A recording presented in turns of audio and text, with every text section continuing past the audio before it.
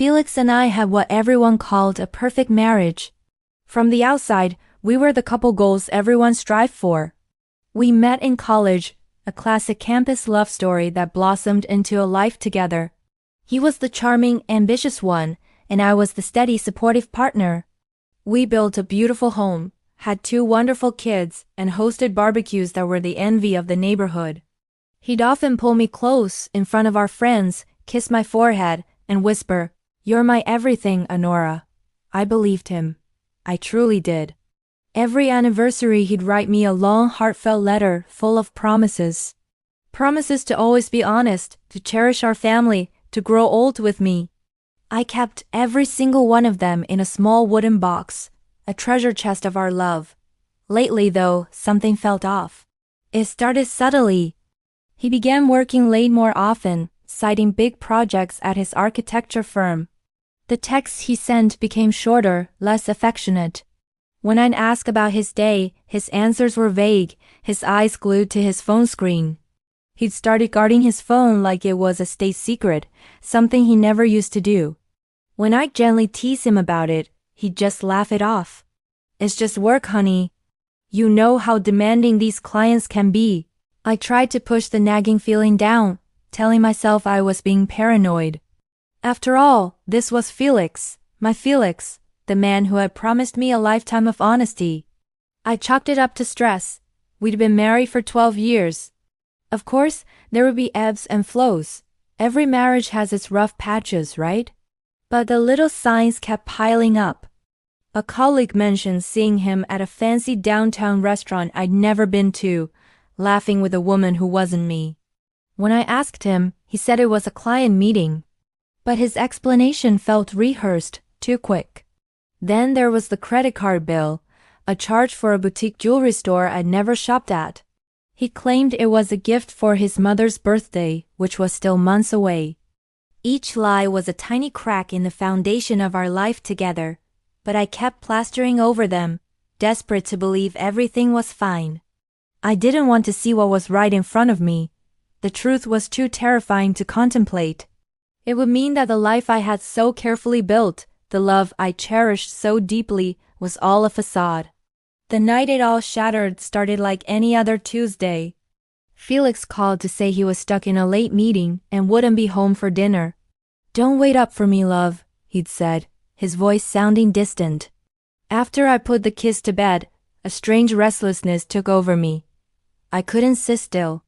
That nagging feeling was back stronger than ever, a tight knot of anxiety in my stomach. I found myself wandering into our home office, the one he'd been spending so much time in lately.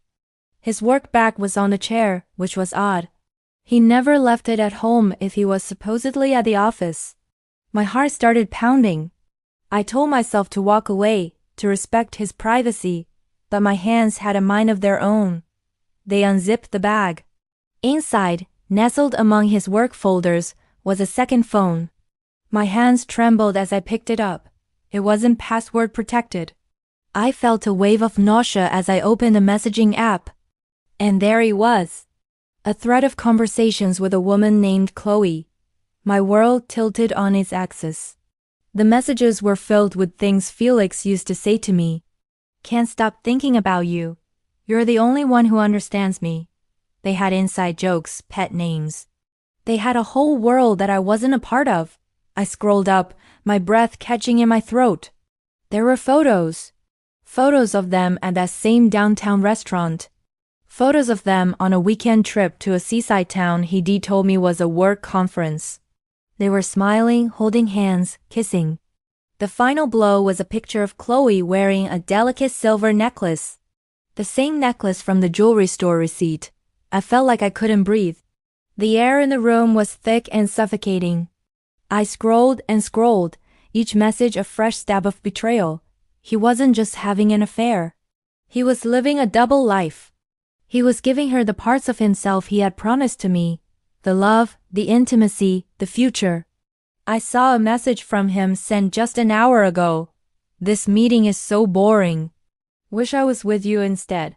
So he wasn't at work. He was with her, right now. While I was at home, putting our children to bed, he was with another woman, lying to me. The floor seemed to fall out from under me. I sank onto the carpet, the phone clutched in my hand, the screen illuminating my tear-streaked face. Every promise he ever made flashed through my mind. I'll never lie to you. It's you and me against the world. You're my one and only. They were all lies. Empty words from a man I didn't even know. I went to our bedroom and pulled out the wooden box of his letters. I reread the words he had written, the beautiful flowing script that now looked like a foreign language.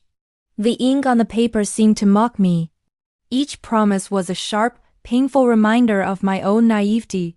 How could I have been so blind? All the late nights, the secret phone calls, the flimsy excuses, it all clicked into place, forming a hideous mosaic of his deceit. The man I had loved and trusted with my entire heart was a stranger.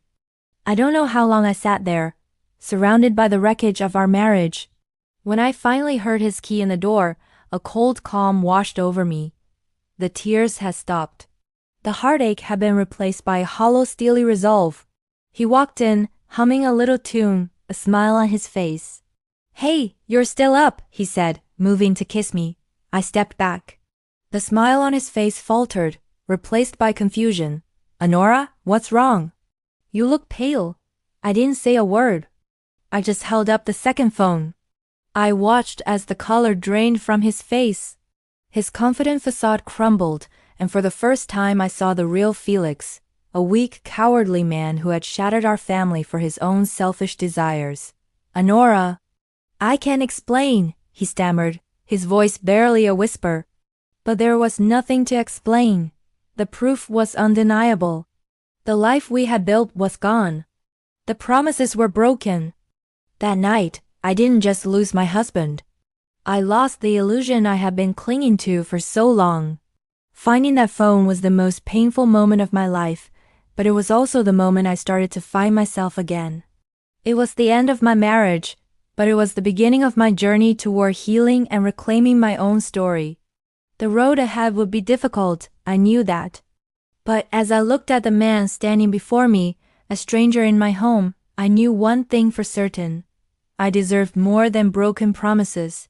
I deserved the truth. And I was finally ready to face it. Thank you for listening to my story.